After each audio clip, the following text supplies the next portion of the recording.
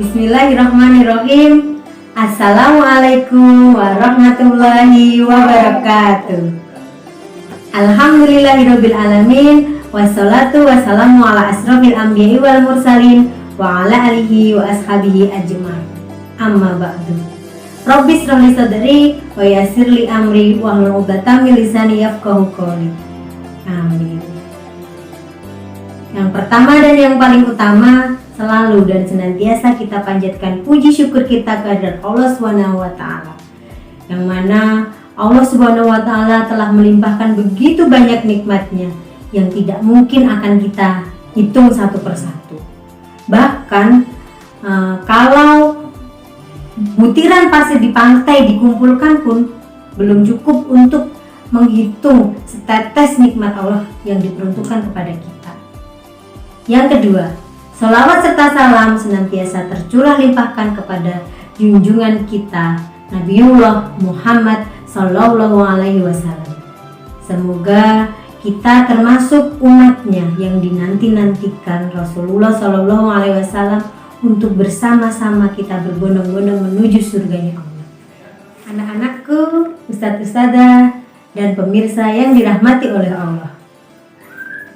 Pada hari ke-23 di bulan Ramadan ini, izinkan saya untuk menyampaikan kultum yang bertemakan bulan Ramadan sebagai momentum peningkatan kualitas diri.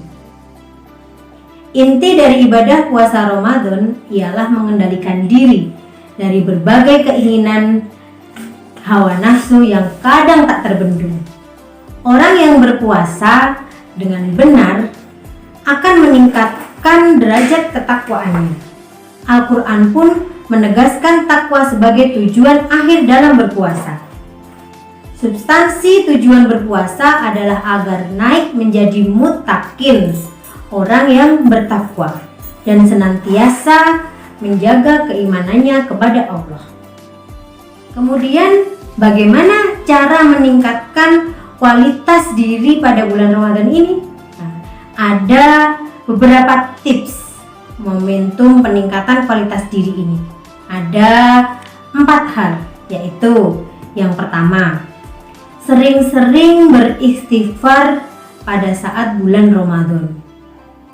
Kalimat istighfar berdasarkan hadis riwayat Muslim adalah astagfirullah, astagfirullah, yang artinya aku memohon ampun kepada Allah, aku memohon ampun kepada Allah.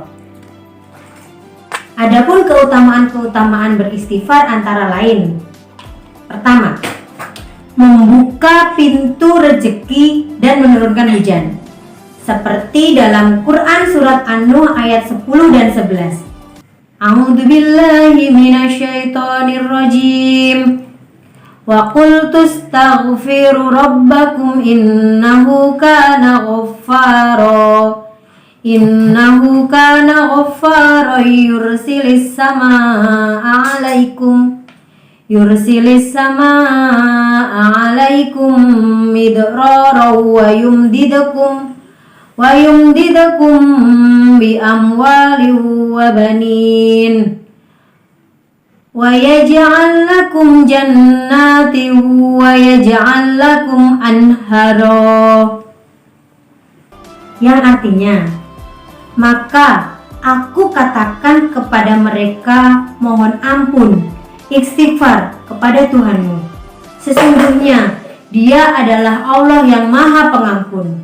Niscaya Dia akan mengirimkan hujan kepadamu dengan lebat dan membanyakkan harta dan anak-anakmu, dan menggandakan untukmu kebun-kebun, dan menggandakan pula di dalamnya untukmu sungai-sungai.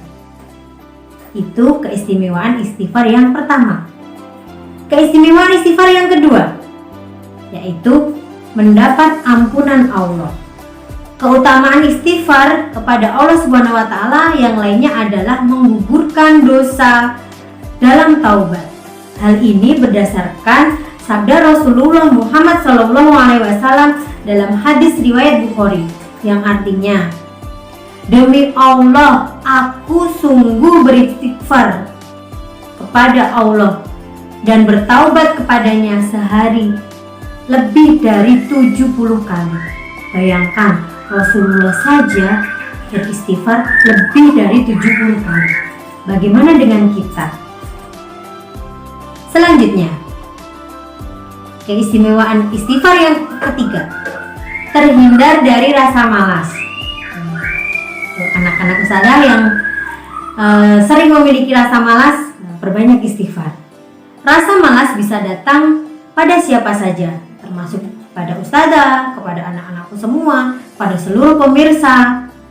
Hal ini tentu dapat menghalangi kegiatan seseorang, misalnya dalam beribadah. Namun, dengan mengucap istighfar, astagfirullah, dapat menghilangkan rasa malas tersebut. Dalam hadis riwayat Muslim, Nabi Muhammad SAW bersabda, yang artinya, ketika aku malas, aku beristighfar pada Allah dalam sehari sebanyak 100 kali. Tadi 70 kali, sekarang 100 kali. Masya Allah ya. Bagaimana dengan kita? Keistimewaan istighfar selanjutnya, dimudahkan segala urusannya. Keutamaan istighfar juga dijanjikan Allah Subhanahu wa Ta'ala dapat memberikan jalan keluar dari segala masalah kehidupan yang terjadi. Yang banyak problem kehidupan, perbanyak beristighfar. Kalimat istighfar pun bisa menambah rezeki seseorang. Dalam hadis riwayat Ahmad dari Ibnu Abbas, Nabi Muhammad SAW bersabda, yang artinya, barang siapa memperbanyak istighfar, niscaya Allah akan memberikan jalan bagi setiap kesedihannya, kelapangan untuk setiap kesempitannya, dan rizki dari arah yang tak terduga-duga. Kadang kita tidak menyangka ya, mendapatkan sesuatu rizki, sesuatu nikmat, padahal itu bukan yang biasanya kita dapatkan. Jadi seperti misalnya biasanya kita hanya mendapat gaji, tiba-tiba itu mendapat bonus dan lain-lain. Nah, itu termasuk karena kita sering beristighfar. Keutamaan dari istighfar. Itu tadi beberapa keutamaan beristighfar. Hal kedua, dalam peningkatan kualitas diri di bulan Ramadan, yaitu melaksanakan amal-amal ibadah wajib dan amal-amal ibadah sunnah. Seperti yang kita ketahui, amalan ibadah wajib di bulan Ramadan akan mendapatkan pahala 70 kali lipat dari bulan-bulan sebelumnya. Kemudian amalan ibadah sunnah yang kita lakukan di bulan Ramadan akan mendapat pahala seperti amalan di ibadah wajib. Luar biasa kan? Kemudian yang ketiga, dalam rangka meningkatkan kualitas diri di bulan Ramadan, apa yang harus kita lakukan? Yang ketiga, memperbanyak tadarus dan tazabur Al-Quran. Al-Quran sebagai obat dari segala penyakit, sehingga pada bulan Ramadan ini harus aktif mempelajari Al-Quran. Bagaimana sih cara mempelajari Al-Quran? Ada 3 cara mempelajari Al-Quran. Yang pertama, membaca Al-Quran dengan tajwid yang benar. Pahala membaca Al-Quran walaupun tidak mengerti artinya akan mendapatkan 10 kebaikan.